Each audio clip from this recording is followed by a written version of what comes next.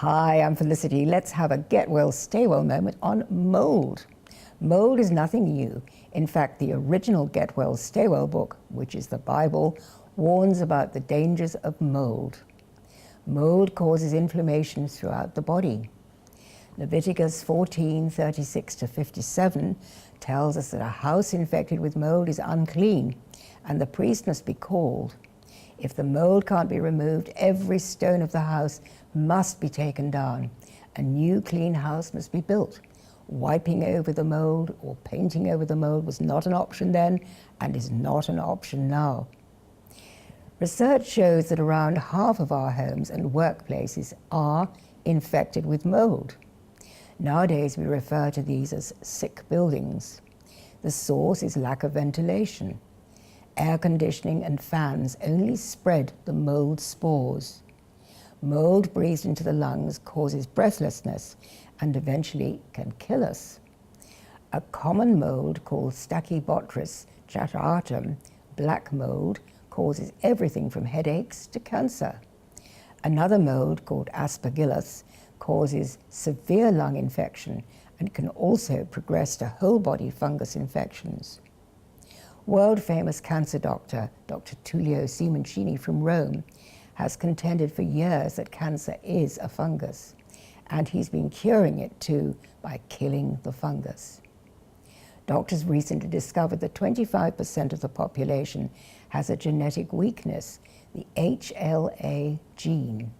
This makes them particularly susceptible to mold. These individuals become very sick very quickly.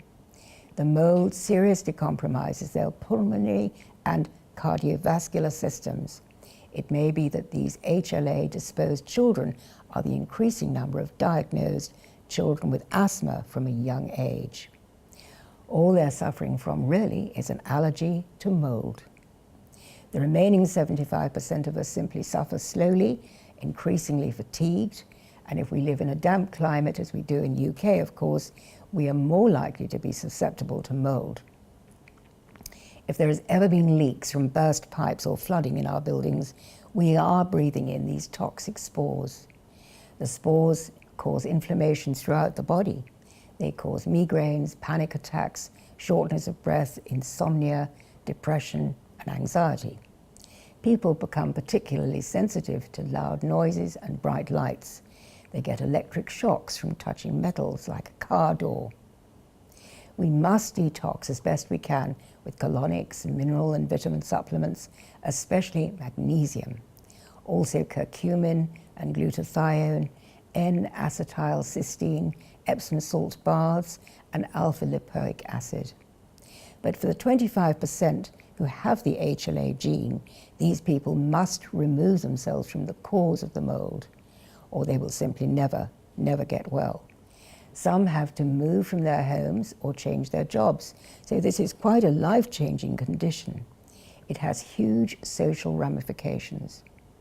If we have the fatigue and breathlessness that is typical of mold, and it doesn't heal itself, we should take action. Find a doctor who understands mold toxicity. Ask for a lung function test, a blood test, a special HLA test, and the TGF-beta test. Any doctor who is up to date recognizes this fast-growing problem. Many scientists suspect the toxins being sprayed from military planes to stop global warming has a great deal to do with this pulmonary cardiac problem. We have to get radical and make the necessary changes to get well and stay well. For more information, go to my very informative website, articles, special articles there on Felicity, Corbin-Wheeler.org.